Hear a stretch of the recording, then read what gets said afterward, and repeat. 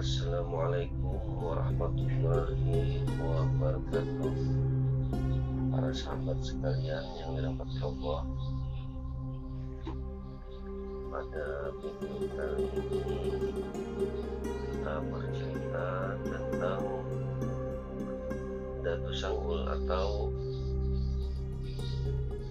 Abdus Somad yang menjadi murid tersayang oleh Datu Subhan. Diceritakan karena ketaatan dan kepatuhannya kepada sang guru, yaitu Datu Subhan, Datu Sanggul atau Abdus Somad menjadi murid yang paling disayang dan dikasihi. Ketekunannya dalam melaksanakan perintah Tuhan dan gurunya tidak tertandingi oleh murid-murid yang lain. Namun setelah wafat Datu Subhan, Abdus Somad tidak pernah lagi melaksanakan sholat Jumat di Masjid Kuning. Meski untuk sholat 5 waktu yang lain, ia masih melaksanakan sholat secara berjamaah di Masjid Kuning. Pada masa itu diberlakukan pemerintah raja yang menyatakan barang siapa yang tidak ikut melaksanakan sholat fardu Jumat berjamaah akan dikenakan denda atau sanksi.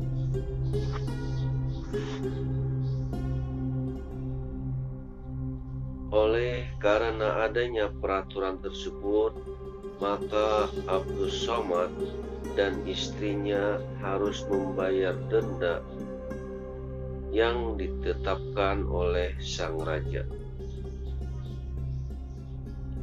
Sebagai orang yang hidup sederhana, tentulah ia tidak memiliki harta yang banyak.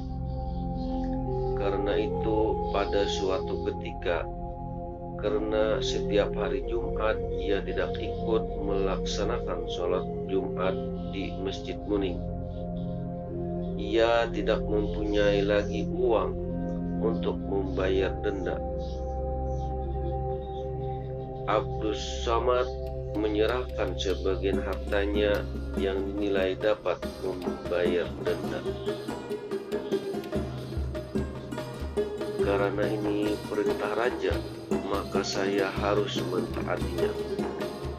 Sebab saya tidak ikut melaksanakan sholat Jumat berjamaah, dan itulah kesalahannya. Oleh itu saya wajib membayar denda dengan barang yang ada, dan saya rela, kata Abdus Somad atau kata Datu Sanggul. Karena setiap Jumat ia tidak ikut melaksanakan sholat Jumat sampai kehabisan harta untuk membayar denda yang dihukumkan kepadanya. Dan yang tersisa hanya kuantan atau panci. Kuantan itu dalam bahasa Banjar atau bahasa Indonesianya yaitu panci. Dan landai. Landai yaitu alat untuk memasak sayur-sayuran. Sedangkan kuantan yaitu alat untuk menanak nasi.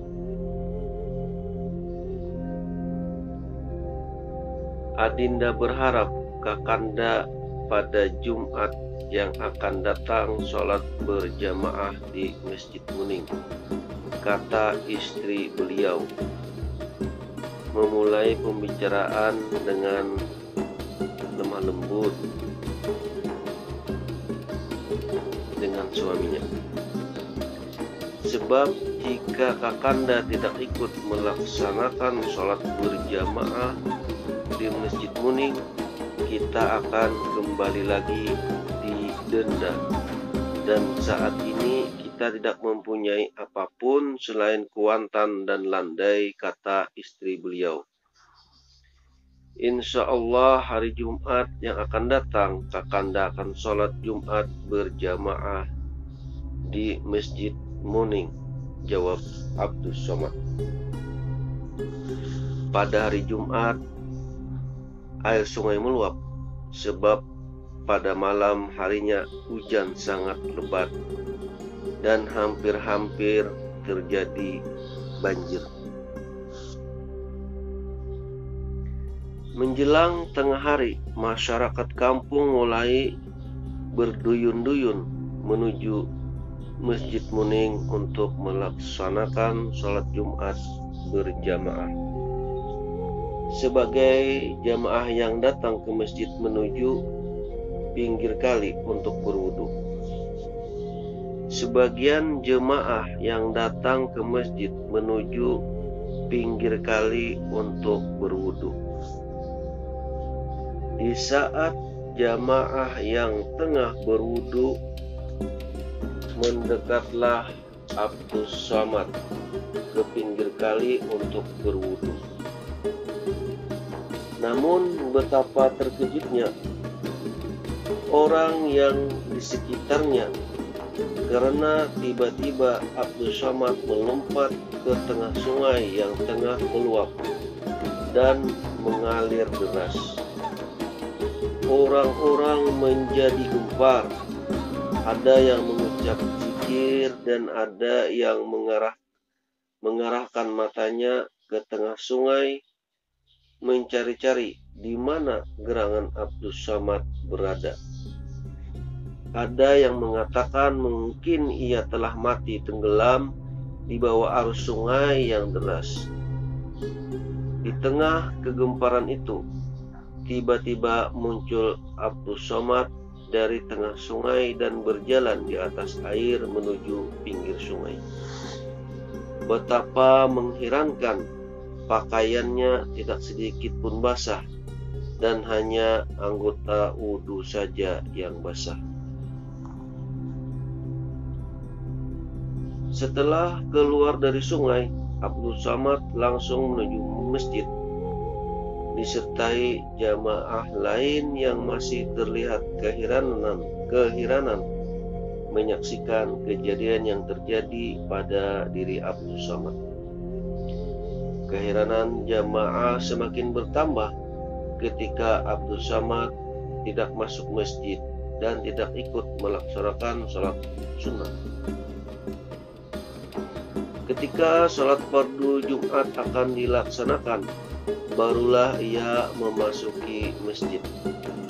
Pada saat imam mengumandangkan takbir dan diikuti jamaah, tiba-tiba terdengar suara, "Riau-riau padang si bundan, di sana padang si tamu-tamu. Rindu dendam tengadah bulan, di hadapan Allah kita bertemu. Allahu Akbar." Setelah selesai berkata demikian, perlahan-lahan kaki Abdus Somad terangkat dari lantai masjid dan tubuhnya berada di awang-awang.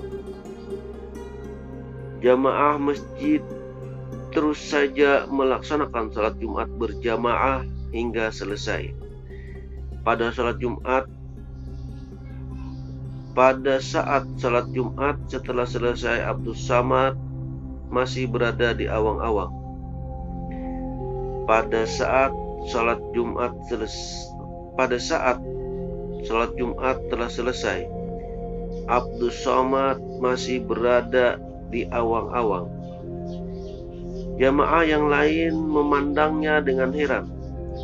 Perlahan-lahan kaki Abdus Somad mulai menyentuh lantai masjid.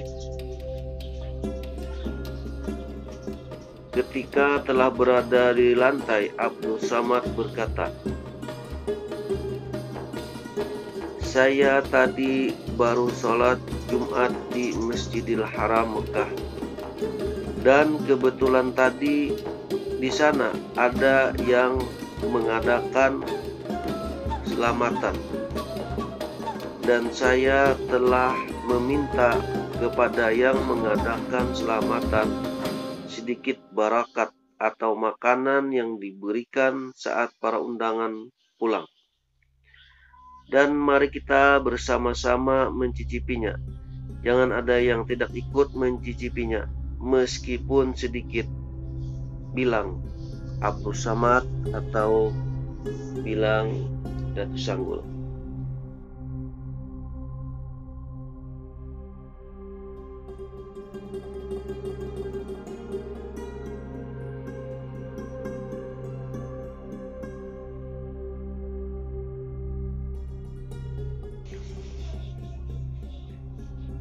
Jamaah masjid pun semuanya ikut mencicipi barakat yang berupa nasi kabuli yang oleh-oleh dari Abdul Somad dari Mekah. Sejak kejadian itu, barulah masyarakat tahu bahwa Abdul Samad atau Datuk Sanggul adalah seorang wali, sehingga pembayaran denda, baik yang berupa uang ataupun harta benda, semuanya dikembalikan kepada Abdul Samad. Dengan berbagai kejadian yang aneh itu, ia dikenal dengan sebutan Wali Abdul Samad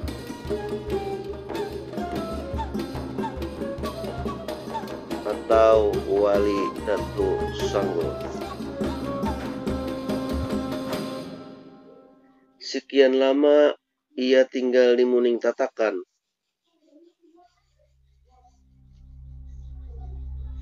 Pekerjaan beliau hampir setiap hari duduk di atas pohon di hutan dengan senjata sumpit dan kepala yang diikat dengan rotan.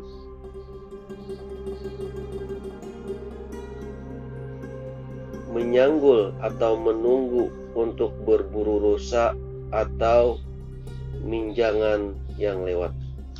Minjangan yaitu dalam bahasa Banjar, kalau bahasa Indonesianya yaitu menunggu rusa.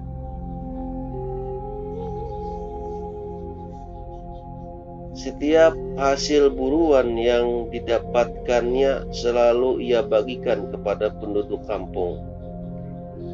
Oleh itu ia dicintai oleh penduduk kampung Muning. Senjatanya yang berupa sumpit itu pun apabila dipergunakan bunyinya seperti senjata api. Kepalanya yang dikala menyanggul selalu diikat, kadang terlepas karena kuatnya meniup senjata sumpit tersebut. Oleh karena pekerjaan yang hampir setiap hari ia lakukan, yaitu menyanggul binatang buruan, maka ia diberi gelar Datuk Sanggul.